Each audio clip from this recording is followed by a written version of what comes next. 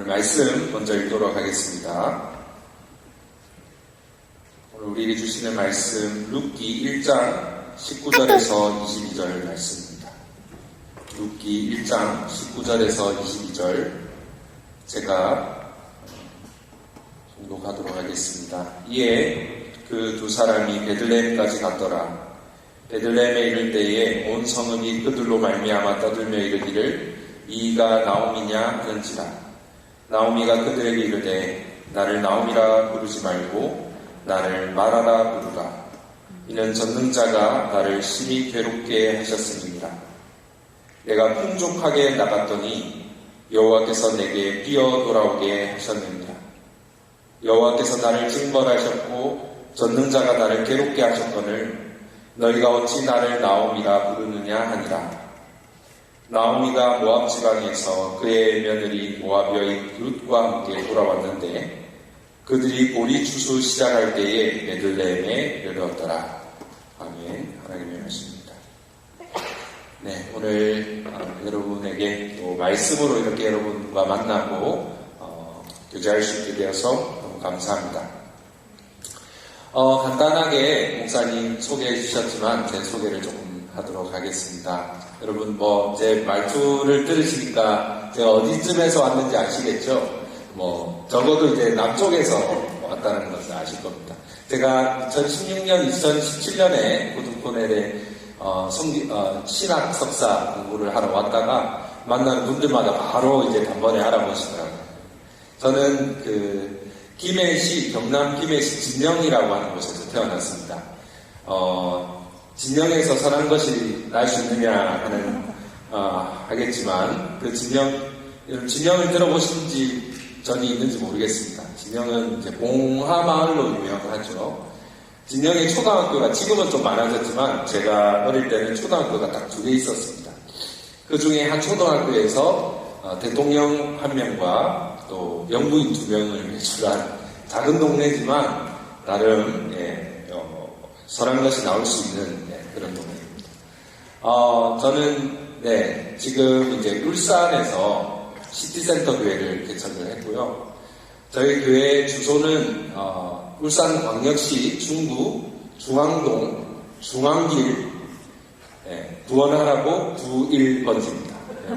제가 이 주소를 알려드리는 이유는 울산에 놀러 오시면 꼭 찾아오시라고 주소를 알려드립니다. 다시 한 번 더요. 울산광역시 중구 중앙동 중앙길 중앙로 아닙니다. 중앙길 91번지입니다. 꼭 울산에 오실 일이 있으시거든 방문해 주시면 감사하겠습니다. 오늘부터 이제 3일 동안 말씀을 이제 룻기 말씀으로 여러분에게 말씀을 전하려고 합니다. 오늘은 특별히 첫 번째 시간인데요. 조금 무거운 주제일 수는 있지만 우리가 꼭 짚고 넘어갈 주제에 대해서 이야기를 하고자 합니다. 고통의 문제에 대해서 여러분과 이야기를 좀 하고요. 그 다음에 내일은 조금 가볍고 좀 재미있는 이야기, 제 이야기와 함께 제 어떤 삶의 이야기들을 좀 그렇게 소개하도록 하겠습니다. 여러분, 지금 여러분 이렇게 밝고 또 이렇게 찬양 가운데 하나님 주시는 그 은혜가 있으셔서 이렇게 아름다운 얼굴로 저를 이렇게 바라보고 계시지만 어쩌면 여러분 지금 겉은 멀쩡해도 속은 어쩌면 고통 가운데 계신 분이 계실지도 모르겠습니다. 또 고통의 긴 터널을 지나온 분들이 계실지도 모르겠습니다. 우리도 그렇죠. 서로 잘 교제하고 소그룹에서 만나고 하지만 사실 그 깊은 속마음에 어떤 아픔이 있는지 우리가 잘 모릅니다.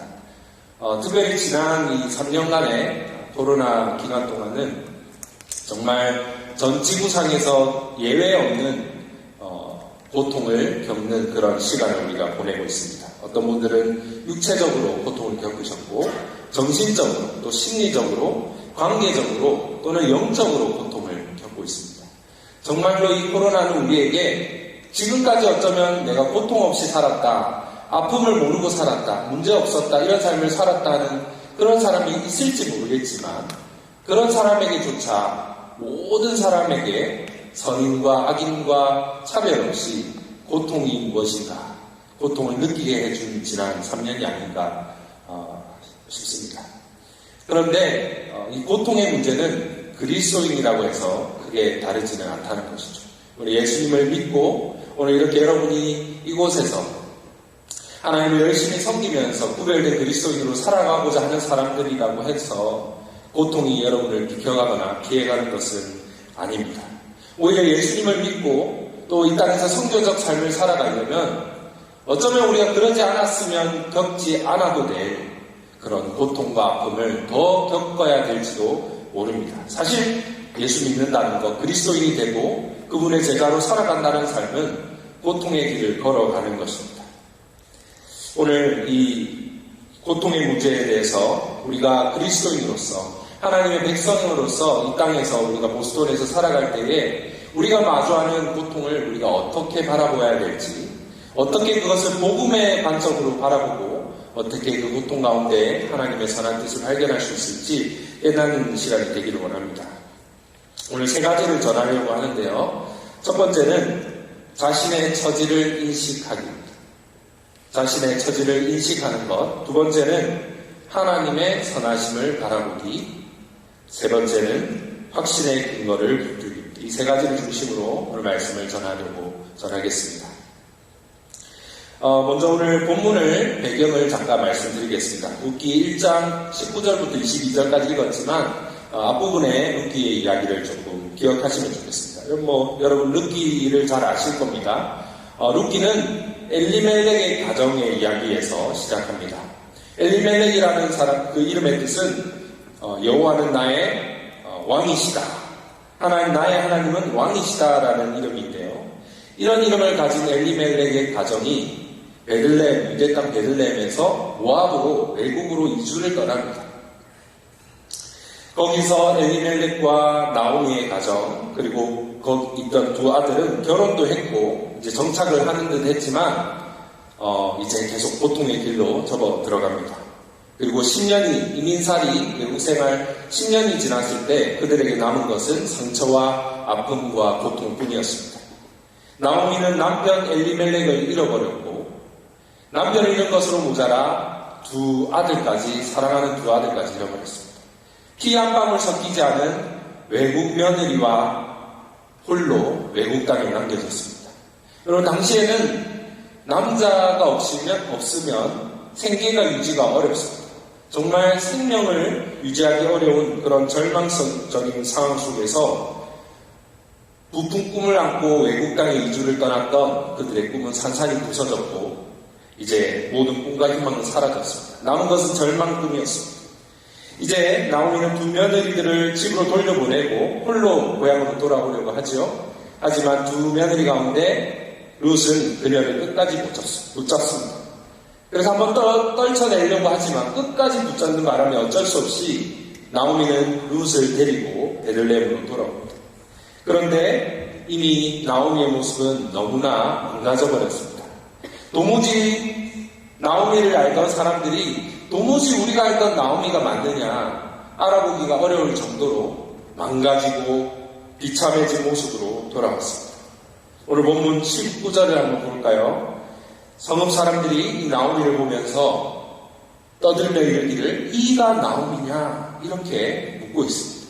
나오미라고 하는 이름의 뜻은 기쁨이라는 뜻입니다. 그러니까 우리말로 기쁨? 이가 나오미냐 이 말은 우리가 알던 기쁨이가 맞느냐 그 뜻입니다. 정말 나오미는 이름처럼 어쩌면 기쁨 가득한 그런 삶을 살았습니다. 그러나 지금 나오미의 모습 속에는 조금의 기쁨도 볼 수가 없습니다. 그 다음 이어지는 20절과 21절을 볼까요? 사람들만 나오미를 괴롭게 하는 것이 아니라 나오미가 스스로 자신을 더 괴롭게 만들고 있습니다. 나를 나오미라 부르지 말고 나를 기쁨이라 부르지 말고 나를 마라라 부르라. 마라라는 뜻은 쓴 고통이라는 뜻입니다.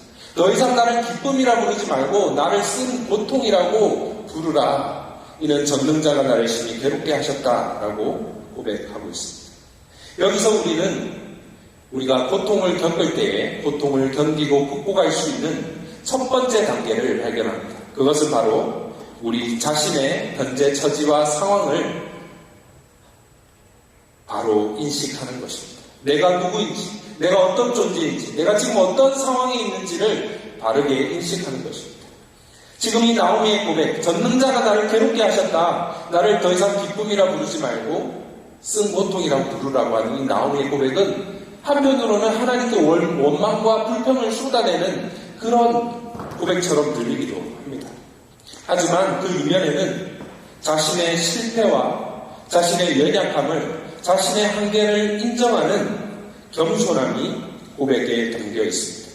바로 이것이 나오미가 했던 첫 번째입니다. 나의 실패한 나의 연약함, 이 쓴 고통과 같은 만화와 같은 내 자신의 처지를 바르게 인식하고 고백하는 것이죠. 바로 그때 하나님이 나오미의 삶에서 일하기 시작한다는 것입니다. 여러분 생각해 보십시오. 나오미가 어떻게 베들레헴으로 돌아올 수 있었습니까? 이제 우리가 뒷부분에 읽지는 않았지만 2장부터 4장까지 이어지는 이야기는 계속해서 하나님이 나오미의 삶에 어떻게 역사하시고 은혜를 베푸시는지, 그래서 4장 결말에 가면은 이제 놀라운 이야기, 바로 나오미를 통해서 또 룻을 통해서, 룻과 보아스의 관계를 통해서 오벳이 나오고 다윗이 이후에 태어나게 되는 그 구원과 희망과 소망의 메시지를 우리에게 주는 책입니다. 그런데 바로 이 시점에서 그렇게 되려면 이 나오미가 베들레헴으로 돌아와야 했는데 무엇이 나오미를 베들레헴으로 돌아오게 만들었습니까? 바로 나오미가 겪은 실패와 아픔이었습니다. 자신이 실패자이며 내가 영적으로 가난하고 내가 쓴 고통과 같은 존재다. 나의 실패와 연약함과 무능의 나의 한계를 깨닫는 사람이 베들레헴으로 돌아올 수 있습니다. 여러분 우리도 마찬가지입니다. 교회도 그런 것입니다. 어떤 사람이 교회를 찾아가겠습니까? 어떤 사람이 오늘 이 부흥의 자리에 나아오겠습니까? 나에게 부족한 것이 없다. 나는 필요한 것이 없다. 나는 하나님 필요 없이도 얼마든지 살 수 있다. 나는 실패란 걸 모르는 사람이다. 나는 내 주먹, 내 지식, 내가 가진 것을 믿고 내가 의지하는 사람들로 얼마든지 나는 이 땅에서 살아갈 수 있다. 구원자의 존재가 필요 없다고 생각하는 사람은 교회에 올 일이 없습니다. 은혜가 필요하지 않는 사람, 하나님의 도우심이 없다고, 없이는 이 땅을 살 수 없다고 그렇게 고백하지 않는 사람은 이 자리를 사모하며 나올 수가 없습니다. 다르게 말하면 오직 자신을 죄인이라고 인정하는 사람만, 내가 실패자고 나에게는 한계와 연약함과 나는 무능한 사람이다. 나는 스스로 나를 구원할 수 없다라고 자신의 그 연약함을 인정하고 고백하는 사람만 구원자에게 손을 내밀 수 있습니다. 내가 영적 중산층이 아니라 영적 하산자이고 영적으로 나는 불량자와 같아서 내가 열심히 일하고 돈 벌어서는 내가 진 이 빚을 갚을 수가 없다. 나는 스스로 나를 구원할 수가 없다. 나에게는 누군가 나를 구원해줘야 되는 구원자가 필요하다라고 자신의 그 처지를 인정하는 사람만 구원자에게 나아올 수 있다는 것이죠. 그것이 바로 주님께서 천국은 심령이 가난한 자들의 것이다 말씀하신 이유입니다. 여러분 우리가 언제 하나님을 찾습니까? 여러분 언제 하나님께 나아가서 기도하게 됩니까? 창세기 4장 26절에 이런 구절이 있습니다. 한번 같이 한번 읽어볼까요? 셋도 아들을 낳고 그의 이름을 에노스라 하였으며 그때 사람들이 비로소 여호와의 이름을 불렀다. 셋이 아들을 낳고 이름을 에노스라고 지었는데 바로 그때부터 비로소 사람들이 여호와를 불렀다라고 하는 것입니다. 여러분 에노스는 무슨 뜻일까요? 연약함이라는 뜻입니다. 에노스는 죽을 수밖에 없는 이라는 뜻을 갖고 있습니다. 우리의 인간 존재의 유한함과 한계, 우리의 무능을 인정하는 고백이 이 에노스라는 이름에 담겨 있습니다. 바로 그때 사람들이 여호와의 이름을 부르고 기도하고 하나님을 찾게 된다는 것이죠.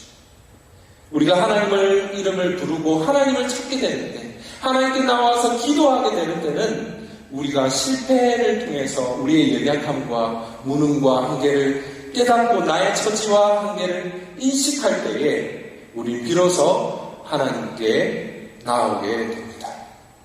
우리가 문제 없을 때 인생에 어려움 없이 고통 없이 그냥 내 힘으로 잘 살아갈 때는 하나님께 나아가 기도할 필요가 없습니다.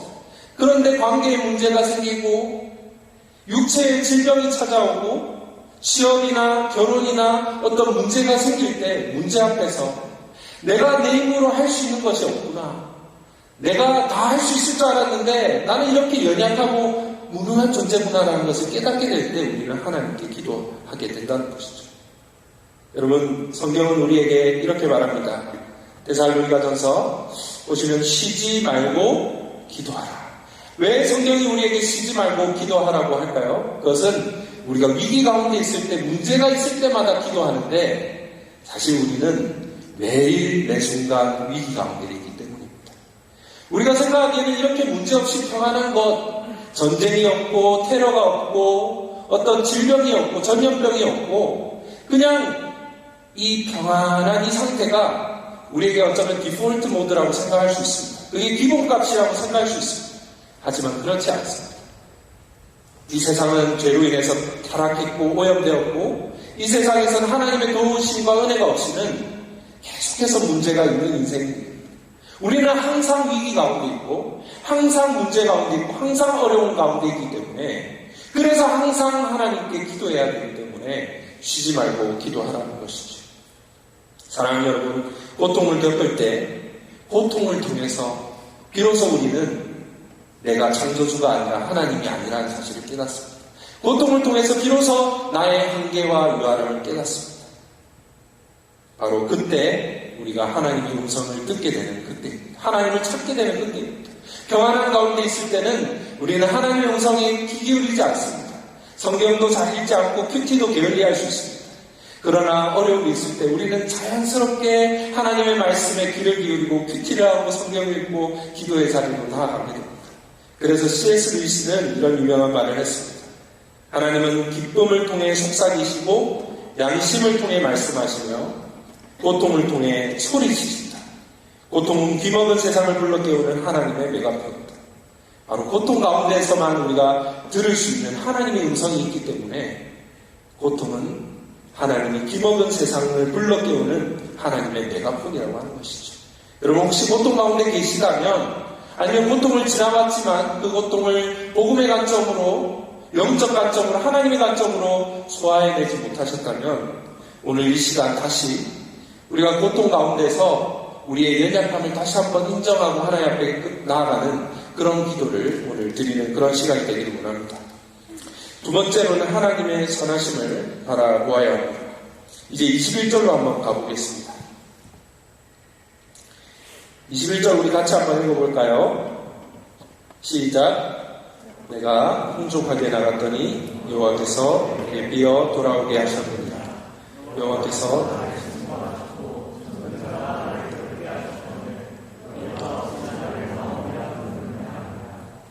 이 나오미의 고백을 한번 보십시오. 여호와께서 내게 비어 돌아오게 하셨느니라. 여호와께서 나를 징벌하셨고 전능자가 나를 괴롭게 하셨다. 나오미는 자신의 고통을 하나님과 연관지어서 생각하고 있습니다. 모든 고백의 주어가 바로 여호와께서 전능자라고 하나님이 모든 일 가운데 하나님이 주체가 되신다라고 하나님의 존재를 인정하고 있습니다. 나오미는 자신의 고통의 문제를 하나님과 떼서 별개로 생각하지 않습니다. 고통을 하나님의 주권 가운데, 하나님의 통제 가운데 내게 일어난 일이라고 보고 있습니다. 이런 나오미의 고백이 하나님께 원망하고 불평하는 것처럼 들릴 수 있지만 여기서 우리가 나오미에게서 배울 수 있는 중요한 점은 이 나오미가 자신의 고통의 문제를 하나님과 연관지어서 하나님과 연결해서 생각하고 있다는 것입니다. 여러분, 신앙인은 어떤 사람일까요? 우리의 모든 일을 하나님과 연관지어서 생각하는 것입니다. 우리에게 일어난 좋은 일, 감사한 일, 하나님께 찬양할 만한 그런 일뿐만 아니라 이런 일이 하나님이 내게 허락하신 일이다. 하나님이 내게 이 일을 주셨다라고 고백하는 것이 아니라 내게 일어나지 않았으면 하는 고통이나 아픈 그런 일까지도 하나님과 연관지어서 생각하는 사람입니다. 모든 우리의 감정을 하나님 앞에 내어놓는 사람입니다. 혹시 여러분은 어떻습니까? 여러분 하나님 앞에 기도할 때에, 하나님께 나아갈 때에, 찬양할 때에 그 찬양의 감사의 제목이 혹시 여러분에게 있는 좋은 일로만 인해서 하나님 앞에 나오지는 않습니까? 하나님 여러분에게 응답하신 기도나 여러분에게 허락하신 선물에 대해서만 하나님께 감사하고 하나님께 기도하지 않습니다. 혹시 여러분 가운데 마음속에서 일어나는 고통과 탄식과 절규와 분노와 원망과 그런 모든 감정을 가지고 하나님 앞에 과연 여러분은 기도하고 계십니까? 신앙인은 우리의 모든 감정을 가지고 하나님 앞에 나아가는 사람이고 내게 일어나는 모든 일을 하나님과 연결지어 생각하는 사람입니다. 바로 그것이 다윗의 기도, 욥의 기도였습니다. 여러분 다윗의 기도 시편을 한번 보십시오. 욥기를 한번 보십시오. 이들은 하나님을 찬양하고 놀랍게 여호와의 선하심을 노래하고 감사하는 그런 찬양만, 그런 기도만 했던 것이 아니라 정말 고통 가운데 있을 때, 원망스럽고 분노가 치밀어 올 때, 짜증이 날 때, 정말 내가 감당이 안 되는 그 모든 감정을 가지고 하나님 앞에서 기도했던 사람이 다윗입니다. 여러분 욥의 고백을 보십시오.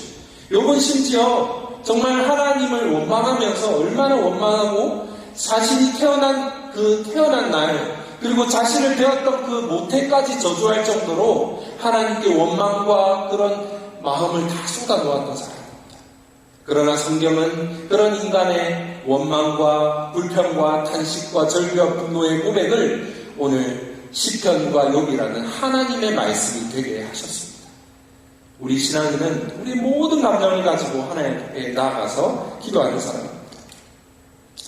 그런데 이 고통을 하나님과 관련지어 생각할 때에 우리가 하나님과 관련 짓는 방법이 두 가지가 있습니다.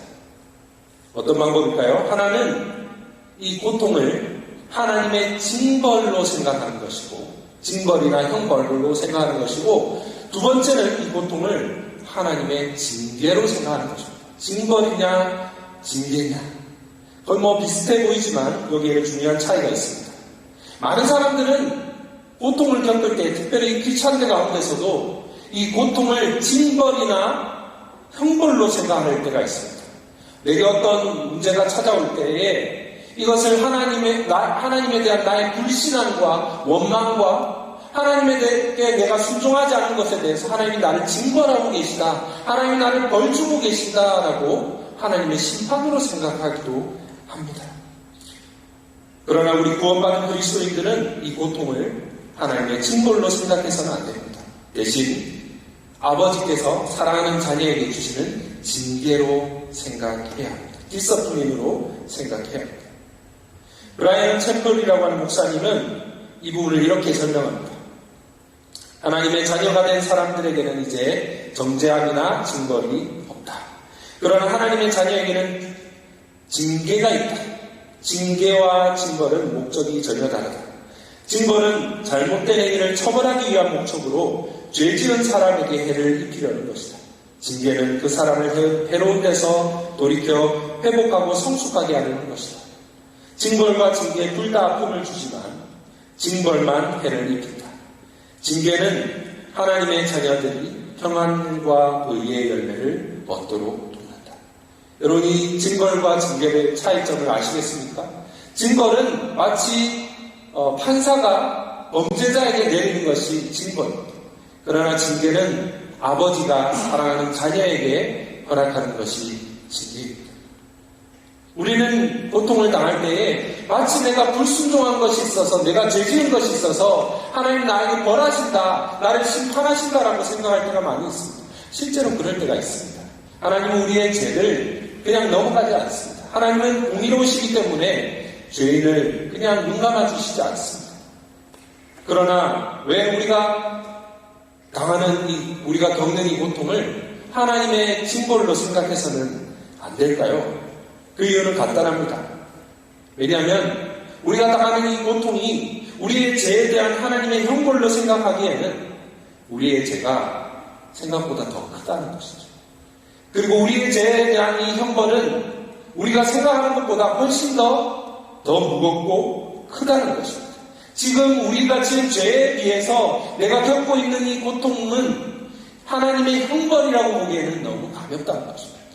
인간의 죄에 대한 우리가 짓는 창조주 하나님에 대해서 짓는 죄의 무게와 심각성을 우리가 제대로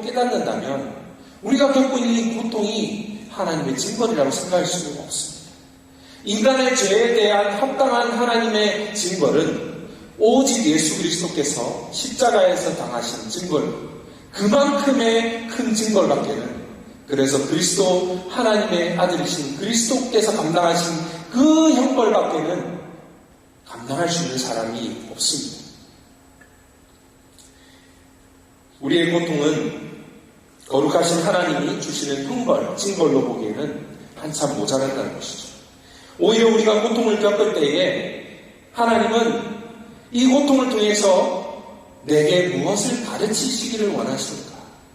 하나님의 징계의 목적이 무엇인가? 하나님이 나에게 깨닫게 하고자 하시는 하나님의 교훈이 무엇인가를 우리가 생각해야 됩니다. 그것이 바로 징계입니다.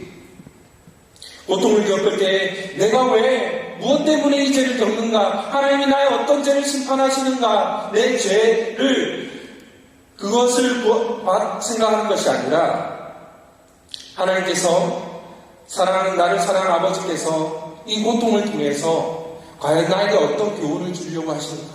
과연 나에게 어떤 깨달음을 주려고 하시는가? 그 하나님의 징계의 목적을 물어봐야 합니다. 그런 경우가 있다는 것이죠. 항상 우리가 하나님이 우리의 죄를 심판하실 때도 있지만 하나님의 자녀에게 허락하시는 것은 우리를 더 바르게 하시기 위해서, 우리에게 교훈을 주시기 위해서 하나님이 징계를 허락하신다는 것이죠. 그래서 고통을 겪을 때에 고통의 원인보다는 고통 가운데 담겨있는 하나님의 목적, 징계의 목적, 하나님의 교훈과 가르침을 우리가 생각해야 합니다. 여러분, 하나님께서 여러분이 혹시 고통 가운데 있다면, 고통을 겪어오셨다면 여러분 꼭 기억하시기 바랍니다. 이 고통을 통해서 하나님이 우리에게 이루고자 하시는 목적이 무엇인가? 그것은 우리를 하나님께 돌이키도록 하시기 위해서, 우리를 더 예수 그리스도를 닮은 거룩하고 온전한 존재로 우리를 빚어가시기 위해서, 우리 안에 우리가 하나님보다 더 사랑하고 의지하는, 우리 안에 나도 깨닫지 못했던 우상이 있는데 그 우상을 드러내게 하심으로써 우리가 하나님만 더 사랑하는, 하나님을 조건적으로 사랑하는 사람이 아니라 나에게 어떤 이득이 되기 때문에 내가 하나님을 섬기고 예배하고 순종하면, 그 하나님을 사랑하면 나에게 어떤 축복이 내게 찾아오기 때문에 조건적으로 하나님을 사랑하는 것이 아니라 하나님을 하나님 되심으로, 그분의 존재만으로도 그분을 사랑하는, 참으로 자유로운 사랑하는 자가 되도록 하시기 위해서, 우리 안에 하나님의 사랑을 가로막는 우리의 우상들을 없애기 위해서 하나님은 우리에게 징계를 허락하신다는 것이죠. 성 어거스틴의 표현에 의하면 순서가 뒤바뀐 사랑이죠. 하나님의 사랑보다 앞서 있는 우리의 사랑, 하나님이 우리가 다른 것들을 사랑하기를 원하지 않으시는 것이 아닙니다. 여러분에게 하나님 허락하신 가족과 친구와 학업과 여러분의 어떤 다른 갖고 있는 소유들, 그것들 하나님 사랑하라고 하나님 여러분에게 선물을 주신 겁니다. 그러나 그것이 하나님을 향한 사랑보다 앞서게 될 때, 이 순서가 뒤바뀐 사랑, 바로 이것이 우상숭배인데, 이것을, 그 순서를 바로 잡아주신 것이 징계의 목적이라고 하는 것이죠. 그것을 그대로 놔두면, 그것을 바로, 순서를 바로 잡아주시지 않으면 그것이 우리를 더 괴롭히고 그것이 우리를 더 망가뜨리기 때문에 하나님 우리를 살리시고, 하나님 우리를 구원하시려고, 하나님 우리를 더 행복하게 하시려고 우리에게 이런 고통과 징계를 허락하신다는 겁니다. 제게는 자녀가 3명 있습니다. 8살 된 딸, 6살 된 딸, 그리고 4살 된 아들이 있는데요. 아들 이름이 로건입니다. 로건이를 저희가 여기 2017년에 여기 있을 때 하나님이 저희 가정에 주셨습니다. 그런데 저희가 부르심이 있어서 2017년 연말에 한국으로 돌아갔고 2018년 그 다음에 한국에 들어간 지 3개월 만에 로건이가 태어났습니다. 다들 왜 그렇게 빨리 들어가냐? 3개월만 있으면 시민권을 얻을 수 있는데 저에게 부르심이 있었기 때문에 돌아갔습니다. 그런데 로건 이름을 로건이라고 지었습니다. 왠지 아시겠죠? 예, 여기 국제공항 이름이 로건입니다. 그래서 이 로건이는 이 보스턴이나 이곳에 아무런 연관이 없기 때문에 이름이라도 이제 로건이라도 좀 뭐라도 하나 이제 연결점을 주기 위해서 지었습니다. 그리고 저희가 로건 엑스맨 영화를 또 좋아해가지고 그렇게 짓기도 했습니다. 어쨌거나 로건이가 한 번은 위에서 책상 위에서 뛰어내리다가 연필심을 밟아가지고 연필심이 이 발바닥에 박힌 적이 있습니다. 그래서 아이가 너무 고통스러워하는 겁니다. 집에서 이렇게 빼보려고 했는데 너무 깊이 들어가가지고 우리가 괜히 했다가는 더 이제 상처만 더 날 것 같아서 데리고 이제 병원을 갔습니다. 아이는 계속 울고 있고 의사 선생님이 제게 이제 아이를 꽉 붙잡아야 된다. 이제 자기가 뺄 텐데 아이가 못 움직이게 꽉 붙잡아라고 했습니다. 그래서 저는 로건이를 꽉 붙잡았어요. 움직이지 못하게, 로건이가 몸부림치지 못하게 꽉 로건이를 아프게 눌렀습니다. 그런 고통 속에서 그런 로건이를 보는 제 아빠로서의 제 마음은 너무나 아팠지만 그렇게 할 수밖에 없었어요. 왜냐하면 가만히 놔뒀다가는 그 가시를, 그 연필심을 빼지 않으면 그것이 계속해서 로건이가 걸을 때마다 괴롭게 될 것이고 더 로건이를 아프게 할 것이기 때문에 지금 당장은 아프지만 이 아이를 꽉 붙잡아야, 이 아이에게 어느 정도 고통과 압력을 가해야 이 아이가 자신을 괴롭히는 가시로부터 빼낼 수 있기 때문에 그렇게 했습니다. 아마 아이 입장에서는 아빠가 왜 이러나 이런 생각을 했을지도 모릅니다. 왜 아빠가 나를 이렇게 자유롭게 내 편을 들어주지 않고 왜 저 이상한 처음 보는 아저씨의 말을 듣고 나를 이렇게 꽉 누를까? 아빠가 원망스럽고 아빠가 미웠을 수도 있습니다. 아이는 다 이해하지 못합니다.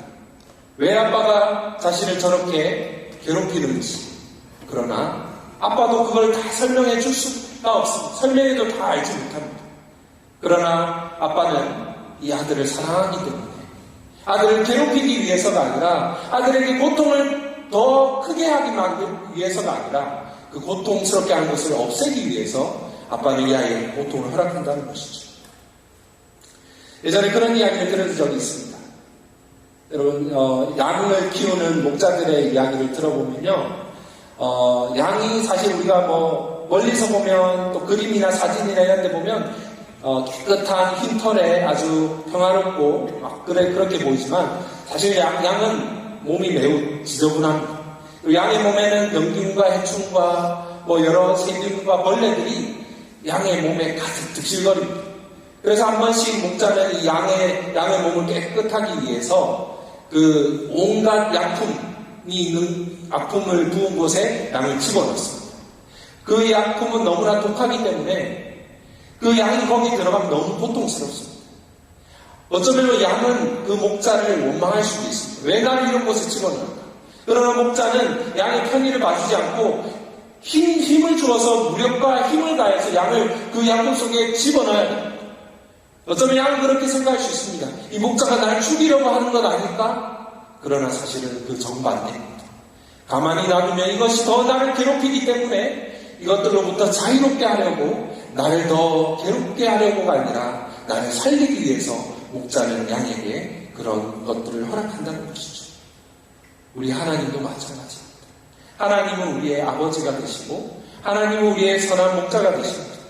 하나님이 자신의 사랑하는 아들, 딸들에게 때로 정말로 고통스러운 이런 아픔을 우리에게 허락하시는 것은 우리를 미워해서가 아닙니다. 여러분이 고통을 겪는 것을 즐기시기 때문이 아닙니다. 여러분이 비참해지고 이 나오미처럼 내가 풍족하게 나갔는데 비워졌다. 나를 더 이상 나오미가 아니라 마라가 그런 여러분을 보고 싶어서가 아닙니다. 하나님이 여러분에게, 사랑하는 자녀에게 이런 고통을 허락하시는 것은 여러분이 하나님의 사랑받는 자녀이기 때문입니다.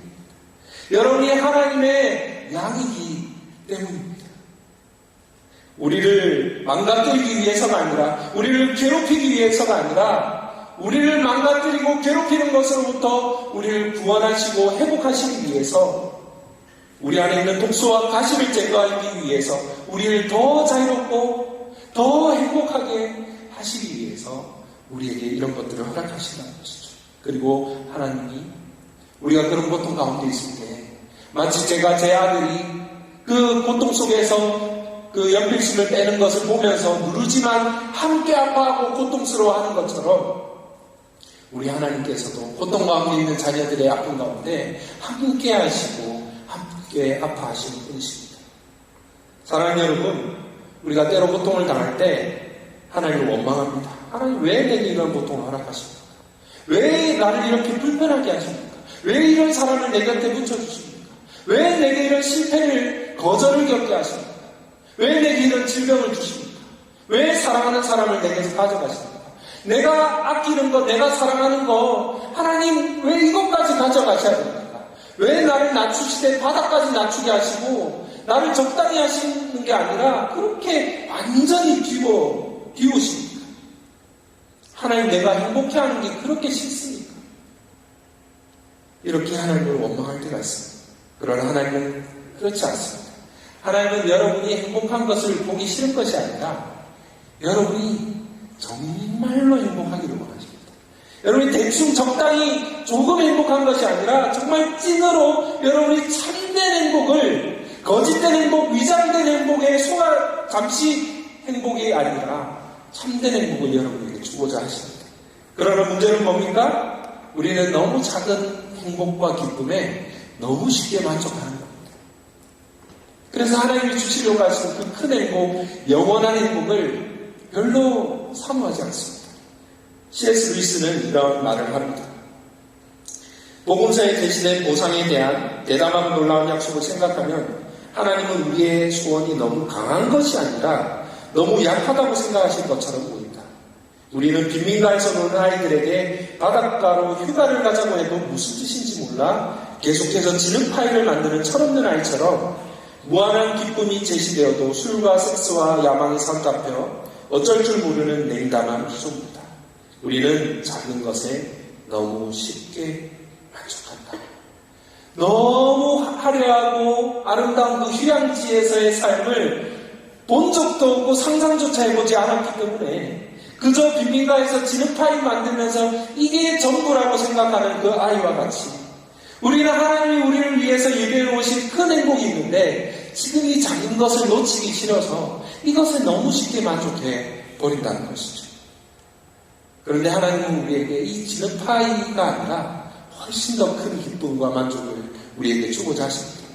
이 땅에 썩어 없어질 것, 영원하지 않고 추하고 더러운 것이 아니라 더 나은 것, 썩어 없어지지 않는 영원한 것, 바로 하나님 그분. 영원하시고 유한하시고 우리의 이 땅의 어떤 보물보다도 더 큰 값진 보물이 되시는 그 하나님으로 우리가 만족하기를 원하십니다. 왜냐하면 하나님은 우리가 이 땅의 것들에 만족할 수 있는 존재가 아니라는 것을 하나님은 아시기 때문이죠. 왜 하나님 우리를 자꾸만 텅 비우실까요? 왜 하나님은 이 정도 낮추시면 되는데 더 낮추실까요? 더 비우실까요? 그것은 하나님이 우리를 너무나 잘 아시는 우리의 아버지가 되시고 우리의 목자가 되시고 우리의 창조주가 되시기 때문입니다. 우리가 무엇으로 궁극적으로 진정으로 만족할 수 있는지 무엇으로 우리가 참으로 기쁨을 누릴 수 있는지 하나님이 아시기 때문에 우리를 자꾸 그렇게 낮추시고 비우신다는 것이죠. 마틴 루터는 이렇게 말합니다. 무에서 유를 만드시는 것이 하나님의 속성이다. 그러므로 아직 완전히 비어있지 않다면 주님은 거기서 아무것도 빚어내실 수 없다. 여러분, 하나님이 어떤 분이십니까? 창조주 하나님은 무에서 유를 만드시는 분이십니다. 그분은 무에서 유를 만드시는 것에 전문가이십니다. 그리고 하나님은 동일하게 오늘 우리의 삶을 something으로 만드시기 위해서 우리를 nothing으로, 아무것도 아닌 존재로 우리를 만드시는 것입니다. 하나님이 우리를 비우시는 것은 우리를 풍족하게 하시기 위해서이고 우리를 낮추시는 것은 하나님의 아들과 같이 우리를 높이시기 위해서 하나님이 그렇게 하신다는 것이죠.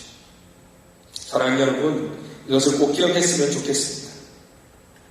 우리는요, 사실 우리가 어떤 것들을 하나님께 구합니까?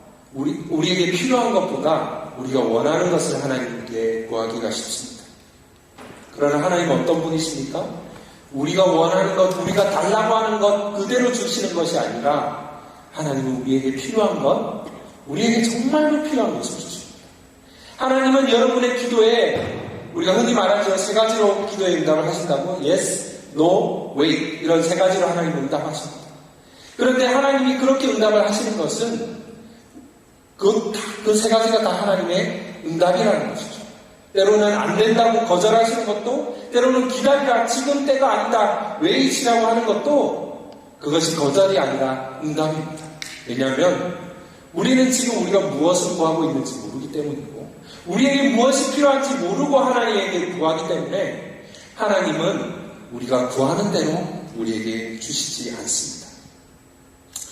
내일과 모레 제가 제 이야기를 좀 더 제 이야기를 좀 하겠지만, 제가 어떻게 사역을 하고 있는지, 또 어떻게 지금의 아내를 또 만나게 된지 좀 자세하게 나누겠습니다. 그런데 간단하게 조금 이야기를 드리면요, 제가 이제 아내와 결혼한 지가 이제 10년이 되었습니다. 그런데요, 저는 아내를 만나기 전까지, 만나기 한 몇 개월 전까지 한 번도 지금의 아내와 같은 사람을 달라고 기도한 적이 없습니다. 좀 충격이실지 모르겠습니다. 제 배우자 기도는요, 늘 있었습니다. 근데 거기에 하나도 아내에게 맞지가 않습니다. 저는 선교를 하고 싶었습니다. 외부에서 선교를 하고 싶었고, 그래서 같이 선교할 수 있는 사람, 또 무엇보다 이제 영어를 잘할 수 있는 사람이면 좋겠다라고 기도를 했었고, 또 피아노 반주를 잘하는 사람이면 좋겠다, 이런 기도를 했습니다. 그리고 좋은 대학 나오면 좋겠다, 이런 기도를 했습니다. 그런데 이 세 가지 아무것도 하나님 들어주시지 않습니다. 하나님 원망하냐고요? 그렇지 않습니다. 10년이 지나서 저는 깨달았습니다. 10년 그 전에 깨달았죠. 하나님은 저에게 최고의 아내를 주셨다는 거예요. 이걸 좀 녹화해서 아내한테 좀 들려줘야 돼요. 그런데 제가 10년 전, 11년 전, 또 대학생 때는 그런 기도를 할 수가 없었습니다. 왜냐하면 제가 어떤 사람인지 잘 몰랐기 때문에, 저에게 어떤 배우자가 최선의 배우자인지, 가장 좋은 돕는 배필인지 저는 몰랐기 때문에 저는 다른 기도, 엉뚱한 기도만 하고 있었던 겁니다. 그런데 제가 지금 만약에 지금에 와서는 너무나도 하나님은 선하시고 나의 기도에 내가 구하지 않은 것까지 응답하신 그 하나님의 선하신 응답을 제가 경험합니다. 만약에 10년 뒤에 와서 제가 다시 과거 10년 전, 15년 전, 20년 전으로 돌아가서 배우자 기도를 한다면 지금의 아내와 같은 사람을 달라고 기도를 할 겁니다. 그러나 그때는 그걸 알 수가 없죠. 그렇기 때문에 내게 정말 필요한 사람을 달라고 구하기보다는 내가 그냥 내 욕심에서 나오는 기도로 그렇게 하는 것이죠. 그래서 팀켈러 목사님은 이런 말을 합니다. 하나님은 그분이 아시는 것을 우리가 알았더라면 구했을 바로 그것을 우리에게 주신다. 하나님이 알고 계시는 그것, 나에게 어떤 사람이 최선의 배우자인지, 어떤 학교, 어떤 직장이, 나에게 어떤 삶이 나에게 하나님이 아시는 그 최선의 삶인지 하나님이 아시는 그것을 만약에 우리가 알았더라면 구했을 그것을 우리에게 주신다는 것이죠. 우리가 구하는 대로, 내가 달라고 원하는 대로 나의 소원과 욕심을 따라서 구하는 대로 무조건 떼쓴다고 하나님이 주시는 것이 아니라, 우리가 어떤 기도를 하든 만약에 그 기도가 하나님의 뜻에 합하다면 예스로 응답할 것이고, 그것이 아니라면 노로 하나님이 다른 것으로 바꿔서 응답할 것이고, 때가 아니라면 왜 기다리라고 하신 거죠. 하나님은 어떻게든 우리에게 최선의 방식으로 응답을 하십니다. 그래서 하나님은 때로는 우리의 기도에 이렇게 거절도 하시고 우리가 구하지 않은 것을 주시는데, 그것은 하나님이 우리를 사랑하시는 우리의 아버지가 되시고 우리를 잘 아시는 아버지가 되신다는 겁니다. 아들이 어린아이가 아무리 아빠가 먹는 달달한 바닐라 라떼를 먹고 싶다고 해서 달라고 한다고 아빠는 줄 수가 없습니다. 아이를 사랑하기 때문이죠. 아이의 기도에 거절하는 것, 어쩌면 그 아이가 먹고 싶은 거 왜 나는 안 주고 아빠만 맛있게 먹어, 아빠가 원망스럽고 섭섭하고 기분이 상할 수 있습니다. 고통스러울 수 있습니다. 그러나 아빠는 아이를 사랑하기 때문에 아들이 구하는 대로 줄 수가 없다는 것이죠. 하나님이 때로는 우리의 기도에 거절하는 것조차, 내가 구하지 않은 것을 줄 때조차 하나님은 우리를 사랑하시기 때문에 우리에게 주시다는 것을 기억하시기 바랍니다. 그래서 고통 가운데 있을 때 두 번째로 하나님의 선하심의 렌즈로, 과연 하나님이 이 고통을 내게 왜 허락하시는가, 하나님이 이 고통을 통해서 내게 이루고자 하시는 하나님의 목적은 무엇인가? 하나님의 교훈은 무엇인가? 우리가 그것을 생각해야 한다는 것이죠. 마지막으로 고통 가운데 있을 때 우리는 확신의 근거를 붙들어야 합니다. 오늘 보면 마지막 22절을 같이 볼까요? 한번 같이 읽어보겠습니다. 그들이 보리 추수 시작할 때에 베들레헴에 이르렀더라. 오늘 본문 1장의 마지막 구절입니다. 1장은 어떻게 시작합니까? 고통으로, 비참함으로, 비워짐으로, 낮아짐으로, 실패로 시작합니다. 그런데 1장 마지막 부분에 가면 뭔가 좀 희망스러운 힌트가 나옵니다. 바로 보리 추수할 때 그들이 베들레헴으로 돌아왔다는 것이죠. 뭔가 보리 추수와 수확과 다시 비워진 것이 채워질 것 같은 기대가 듭니다. 하나님께서 나오미의 삶을 다시 회복시켜 줄 것을 기대합니다. 또 나중에 2장, 3장, 4장으로 가면서 하나님께 어떻게 이 나오미의 삶을 비워진 나오미의 삶을 채워주시고 낮아진 나오미의 삶을 높여주시고 비참한 마라와 같은 쓴고통의 삶이 다시 나오미의 이름 기쁨이가 되게 하신 것을 이 룻기 전체를 통해서 우리는 보게 되는 것이죠. 무슨 말입니까? 비록 오늘 이 본문에서 나오미는 실패한 자신의 모습을 생각하면서 비참하고 정말 추하고 실패와 상처뿐인 자신의 모습을 보면서 베들레헴으로 돌아오면서 사람들에게 이렇게 말합니다. 나를 기쁨이라 부르지 말라. 나를 슬픈 고통이라고 부르라고 이렇게 말을 하지만 하나님은 나오미의 삶을 그렇게 마라로 남겨두지 않습니다. 비록 나오미의 지금의 모습은 마라와 같고 실패하고 쓴 고통만 가득하고 상처만 가득한 모습이지만 하나님은 나오미의 인생을 끝까지 그렇게 남겨두시지는 않습니다. 결국 그녀의 삶을 기쁨이로 나오미로 다시 바꾸십니다. 그런데 바로 이 나오미는 1장 20절에서 나를 나오미라 부르지 말라. 나를 마라라고 부르라고 했을 때 나오미는 어쩌면 과거의 한 사건, 구약의 출애굽에 있었던 그 사건을 기억했어야 할지도 모릅니다. 어떤 사건입니까? 출애굽 15장에서 이스라엘 백성들이 출애굽하고 광야로 나와서 3일길을 걸어갔습니다. 그런데 3일길을 걸으면서 물 한 방울 얻지 못하자 목이 말라서 모세에게 또 하나님께 원망했습니다. 우리를 여기서 죽이려고 우리를 여기로 데리고 나왔느냐. 하나님께 불평하고 원망했습니다. 그럴 때 하나님은 그들을 그냥 멸해버릴 수도 있지만 오래 참으시고 사랑 많으시고 자비로우신 하나님은 그들의 원망과 불평까지도 들으시면서 모세를 통해서 그들에게 물을 인도하십니다. 그들이 물을 발견했는데 그 물은 먹을 만한 물이 못 됐습니다. 먹어보니 먹을 수 없는 쓴물이었습니다. 마라였죠.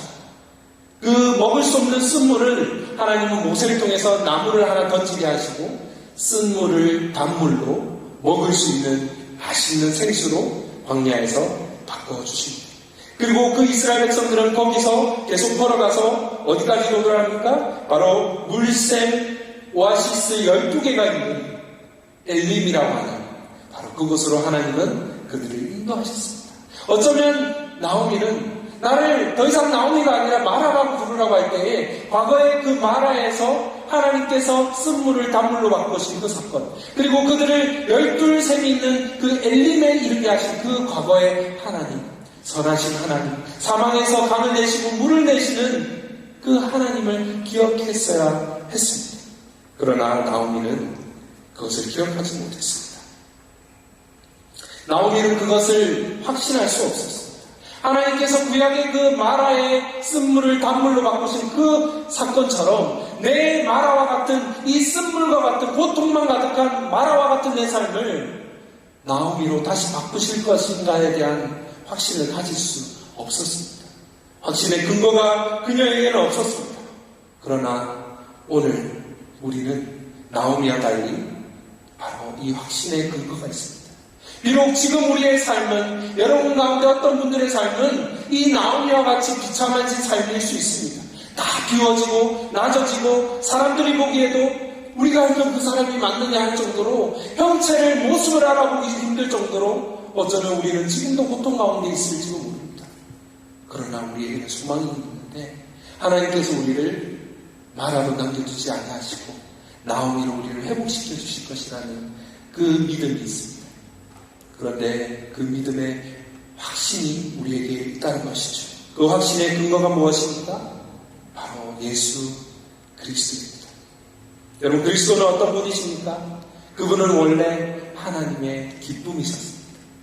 다르게 말하면 그분은 하나님의 나옴이셨습니다. 구약 성경 곳곳에서, 신약 곳곳에서 하나님은 예수님을 가리켜서, 메시아를 가리켜서 내가 기뻐하는 나의 종이다 라고 말씀하셨습니다. 궁극적으로 예수님께서 요단강에서 세례를 받으실 때 하늘에서 하나님의 기쁨이 터져나왔습니다. 하나님이 얼마나 그 기쁨을 참을 수 없었다면 하나님의 그 음성이 사람들에게 들렸습니다. 어떤 음성이었습니까? 이는 내 사랑하는 아들이요 내가 기뻐하는 자라. 하나님의 기쁨이 이 아들을 향하고 있습니다. 그리고 또다시 예수님이 변화산에서 기도하고 있을 때 또 동일한 이는 내 사랑하는 아들이요 내 기뻐하는 자라는 하나님의 기쁨이 이 아들 예수 그리스도에게 나타났습니다. 그분이 참된 나옴이셨습니다. 그분은 이 세상의 모든 이름 가운데서, 모든 인생 가운데서 하나님이 얘가 내 진짜 기쁨이야, 나는 널 기뻐해 라고 말할 수 있는 유일한 분이 바로 예수님이셨습니다. 하지만 그분은 나옴이셨음에도 불구하고 그분은 마라가 되셨습니다. 그분은 쓴 고통이 되셨고 괴로움이 되셨습니다. 그분은 나오미처럼 풍족한 분이시지만 비어지셨고 부요하시지만 가난하게 되셨고 궁극적으로 십자가를 위해서 모든 인생의 쓴 고통을 가장 심한 정도로 그분은 겪으셔야 했습니다. 그분은 마라가 되셨습니다. 왜 그분이 그런 고통을 겪으셔야 했습니까? 바로 마라와 같은 저와 여러분을 나오미가 되게 하시고 나오미와 같은 그분이 마라가 되셔야 했던 겁니다. 그분이 저와 여러분을 위해서 십자가에서 마라가 되셨습니다. 나오미의 모습을 보고 사람들이 떠듭니다. 이가 나오미냐? 마찬가지로 그리스도를 바라보며 사람들은 그가 하나님의 아들이냐? 하나님의 아들이거든 그가 내려올 수 있을 것이다 라고 그를 보며 조롱하고 떠듭니다. 그분은 우리의 모든 고통을 대신 짊어지셨고 모든 인생의 질고를 아는 자가 되셨습니다. 모든 고통받는 나오미들의 고통을 공감할 수 있는 나오미가 되셨습니다. 하나님이 우리에게 고통을 허락하실 때는 마치 제가 아들 루건이가 그 연필심을 뺄 때 그 고통스러운 아들 곁에서 아들을 바라보면서 같이 아파하고 괜찮아라고 위로해주고 내가 여기 있어 아빠가 지켜줄게 아빠가 함께 있을게라고 이렇게 하나님은 우리에게 고통 가운데 있을 때 우리와 함께 하십니다. 고통 가운데 신음하고 있을 때 하나님 우리 안에서 함께 아파하십니다. 그러나 하나님이 자신의 유일한 아들이신 예수 그리스도가 고통 가운데 계실 때 십자가에서 고통을 겪으실 때에는 그 아버지의 얼굴을 돌리셨고 그 아들의 고통을 외면하셨고 아들의 부르짖음과 탄식 소리에 귀를 막으셔야 했습니다.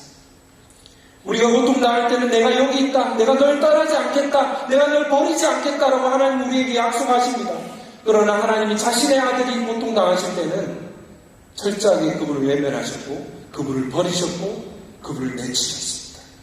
바로 저와 여러분이 그분 안에 들어올 수 있도록 하기 위해서 저와 여러분의 죄를 용서하기 위해서 하나님은 그 아들에게 얼굴을 돌리셨습니다. 바로 그 예수 그리스도의 십자가, 그것이 바로 오늘 우리가 고통 가운데 있는 우리를 하나님이 버리지 않으실 것이라고 확신할 수 있고 우리의 인생이 마라와 같이 시작됐을지 모르지만 지금도 마라와 같이 지나고 있을지 모르지만 우리를 마라로 끝내지 않으실 것이라는 우리가 확신할 수 있는 근거가 바로 예수 그리스도의 십자가에 있습니다.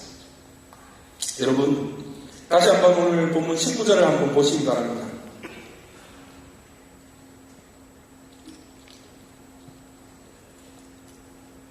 베들레헴에 이를 때 온 성읍이 나오미와 룻을 향해서 떠듭니다. 이가 나오미가 맞느냐? 여러분 고통 가운데 있을 때 어쩌면 여러분이 실패했을 때, 여러분이 어떤 아픔을 겪고 있을 때, 어떤 사람들은 웃고 떠들 수 있습니다. 말하기 좋아하는 사람들은 항상 있습니다. 제가 뭐 때문에 고통 당했을 거야. 제가 뭔가 잘못한 게 있어서 제가 제대로 살지 않더니 저렇게 살더니 결국 하나님이 벌하신 거야. 말하고 떠들기 좋아하는 사람들은 배려하지 않고 무슨 말이든 할 수 있습니다. 그 말을 들을 때마다 우리의 마음이 너무나 고통스럽습니다. 그러나 정말로 우리를 더 고통스럽게 하는 것은 사람들이 나에게 뭐라고 하는 말이 아니라 내가 스스로 내게 하는 말입니다. 20절 한번 보십시오. 나오미가 그들에게 이르되 나를 나오미라 부르지 말고 나를 바라라 부르라. 이는 전능자가 나를 심히 괴롭게 하셨습니다. 정말 나오미를 지금 무너지게 만들고 있는 것은 사람들의 자신을 향한 생각이나 말이 아니라 자기 스스로 자신에 대해서 갖는 생각과 감정과 느낌이 나오미를 더 무너뜨리고 있습니다. 어쩌면 여러분도 그럴 수 있습니다. 고통 가운데 내 주변에 사랑하는 사람들이 나를 향해 하는 말들이 나를 바라보는 그 시선 때문에 내가 더 비참해질 수 있습니다. 그러나 정말 나를 더 비참하게 만들고 나를 무너지게 만드는 것은 내가 스스로 나에게 주입하는 생각입니다. 너는 루저야? 너는 실패자야? 너는 나고자야? 너는 그것밖에 안 돼. 다른 애들 봐. 내 친구들 봐. 저기 누구는 지금 이러고 있는데 넌 지금 뭘 하고 있어? 너는 그것밖에 안 되라고 스스로 우리가 우리에게 하는 이 거짓말이 우리를 더 무너뜨릴 수 있습니다. 그러나 기억하시기 바랍니다. 여러분을 향한 다른 사람의 말도 여러분이 스스로 여러분에게 하는 그 어떤 생각이나 말도 여러분의 참된 가치를 여러분이 진짜 누구인지를 결정지을 수 없습니다. 여러분의 가치와 정체성은 다른 사람들이 여러분에게 하는 말이나 여러분 스스로가 여러분에게 주입하는 말에 달려있지 않습니다. 그것은 스스로의 평가가 아니라 다른 사람들이 내게 하는 평가가 아니라 바로 여러분을 향한 하나님의 평가에 달려있습니다. 사람들은 여러분을 성적이 좋을 때, 결과물이 좋을 때, 업무 실적과 성과가 좋을 때 좋게 평가하고 또 그렇지 않을 때는 여러분의 가치를 낮게 평가할 수 있습니다. 여러분도 스스로 그렇게 생각할 수 있습니다. 이 세상은 우리에게 어떤 우리의 실력이나 능력이나 우리의 어떤 연봉이나 우리의 위치에 따라서 우리를 평가하게 만듭니다. 그러나 정말 그리스도인의 참된 평가는 거기에 달려있지 않습니다. 우리를 향한 하나님의 평가에 우리의 가치가 달려있습니다. 하나님은 여러분을 어떻게 평가하실까요? 바로 여러분을 그리스도만큼으로 평가하십니다. 예수 그리스도께서 십자가에 달려 죽으셔서 그분은 이미 모든 유죄 판결을 우리를 대신해서 받으셨기 때문에 우리는 더 이상 사람들 앞에서 우리는 하나님 앞에서도 정죄를 받지 않습니다. 하나님이 이미 그리스도에게 유죄 판결을 내리셨기 때문에 그리고 그분이 우리를 대신해서 모든 형벌을 받으셨기 때문에 하나님은 우리에게 이중처벌을 하지 않습니다. 그분이 받으신 그 유죄 판결로 인해서 우리는 하나님의 법정 앞에서 우리는 무죄 판결을 받을 수밖에 없습니다. 하나님이 그 아들에게 모든 진노를 쏟아내셨고 모든 형벌을 내어버리셨는데 우리에게 또 그런 판결을 내리신다면 그분은 불의하신 분이 되시는 것입니다. 그래서 하나님은 여러분에게 우리에게 합당한 판결을 그 아들에게 내리셨기 때문에 그 아들에게 합당한 그 판결을, 그 평가를 이제 우리에게 내리시는 것입니다. 그래서 하나님은 자신의 아들을 보면서 하셨던 그 평가, 이는 내 사랑하는 아들이요 내 기뻐하는 자라. 내 모든 기쁨이 이 아들에게 있도다라고 하셨던 그 하나님의 평가가 오늘 그리스도 안에 있는 저와 여러분에게 하나님이 그 평가를 내리신다는 것입니다. 여러분, 그리스도인은 어떤 사람입니까? 그리스도인은 자기를 어떤 식으로 어떻게 인식하는 사람일까요? 우리가 우리의 스스로의 가치와 정체성을 평가할 때에 우리는 그리스도와 연결해서 평가해야 합니다. 여러분, 저를 한번 따라해 보실까요? 그리스도인의 위치는 그리스도 아니며 그리스도인의 가치는 그리스도만큼입니다. 여러분은 그리스도인입니까? 그럼 여러분의 위치가 어디에 있습니까? 그리스도 아닙니다. 여러분의 가치는 무엇입니까? 그리스도만큼의 가치를 지닙니다. 우리는 혼동할 때가 있습니다. 내가 지금 어디에 살고 있는지, 내가 살고 있는 거주지가 어디인지, 내가 어떤 직장, 어떤 학교에 있는지, 나의 그 주소지와 나의 소속에 따라서 내 위치를 생각할 때가 있습니다. 직장이나 교회에서 나의 직급, 나의 직분에 따라서 나의 위치를 생각할 수 있습니다. 또 내가 사람들에게 보여지는 가치, 내가 스스로 내게 매기는 가치에 따라서 또는 내 업적과 연봉에 따라서 나의 가치를 나는 이만큼의 가치가 있다고 스스로 가치를 매기기도 합니다. 그러나 그렇지 않습니다. 그리스도의 위치는 그리스도 안에 있습니다.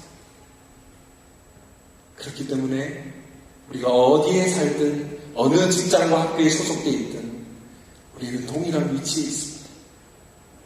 민족과 인종과 직업과 성별과 어떤 것에 차별이 없습니다. 그리스도인의 가치는 어떨까요? 연봉이 높은 사람, 성적이 좋은 사람, 직장에서 업적과 성과가 좋은 사람, 그런 사람들의 가치가 세상에서는 더 인정받을 수 있지만 그리스도인의 가치는 동일합니다. 그리스도만큼입니다. 그리스도께서 모든 사람을 향해서 성별과 인종과 국적과 직장과 어떤 것에 차별 없이 동일한 가치, 바로 자신의 생명값을 지불하셨기 때문에 우리는 동일한 가치를 갖는다는 것이죠. 이것이 우리의 자기인식이 되어야 합니다. 사랑하는 여러분, 기억하시기 바랍니다. 오늘 본문 1장의 마지막 엔딩은 우리에게 이렇게 말합니다. 그들이 보리 추수 시작할 때에 베들레헴에 이르렀더라. 복음은요, 우리에게 이런 약속을 합니다. 우리가 어쩌면 마라처럼 시작했을 수 있지만 지금 마라와 같이 스스로 인식하고 있을 수 있지만 사람들도 나를 마라처럼 보고 있을 수 있지만 우리의 인생은 마라로 끝나지 않을 것이라는 약속을 우리에게 줍니다. 비록 지금 우리는 텅 비었지만 하나님은 우리를 끝까지 텅 빈 채로 두지 않을 것입니다.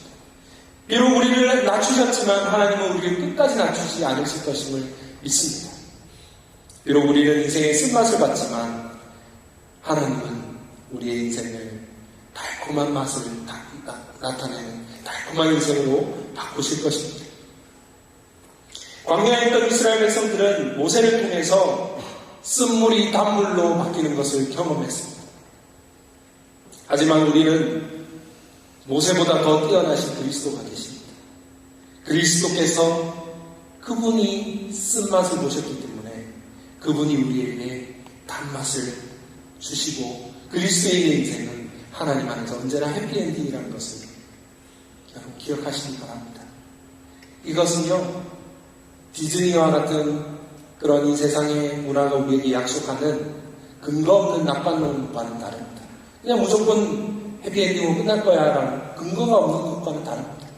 그리스도인의 해피엔딩에는 분명하고 흔들림 없고 견고한 근거가 있습니다. 그것은 바로 그리스도께서 당하신 십자가의 고통과 고난이 우리의 확신의 근거입니다.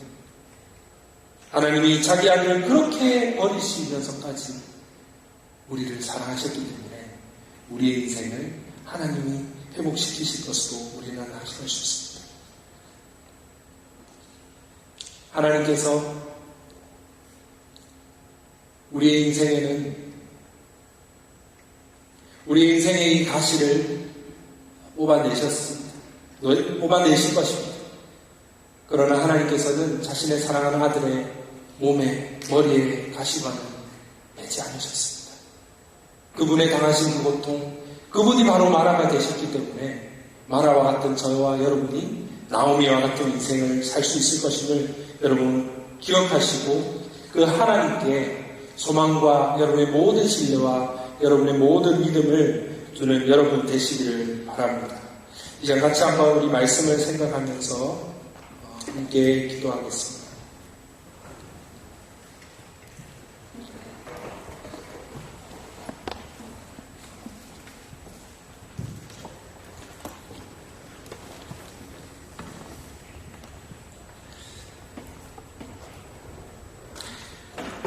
여러분 혹시 고통 가운데 있습니까? 고통을 겪으셨습니까?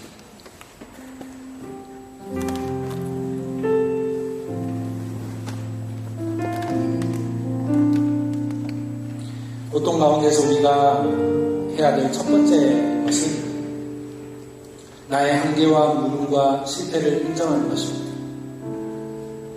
내가 실패했다고, 내가 힘이 없다고, 내가 지혜가 없다고, 내게 도움이 필요하다고 하나님의 이름을 찾고 부르는 사람만 하나님이 도와줄 수 있습니다. 여러분 실패했습니까? 여러분 아픔을 겪으셨습니까?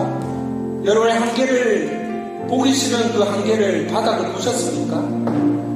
바로 그때가 하나님을 찾을 때입니다. 바로 그때가 하나님의 도움의 손길을 부르짖을 때이며 하나님을 경험할 때입니다. 이제 우리의 마음을 가지고 여러분의 상황과 처지와 형편을 가지고 하나님 앞에 있는 모습 그대로 나아가기로 합니다. 하나님 앞에 솔직하게 우리의 모습을 인정하며 고백합시다. 하나님, 저는 마라입니다. 저는 나오미가 아닙니다. 저는 마라와 같습니다. 저는 이 정도밖에 안 됩니다. 저는 실패했습니다. 저는 너무 부끄럽습니다. 우리의 연약함과 한계를 가지고 하나님 앞에 나아가는 것입니다.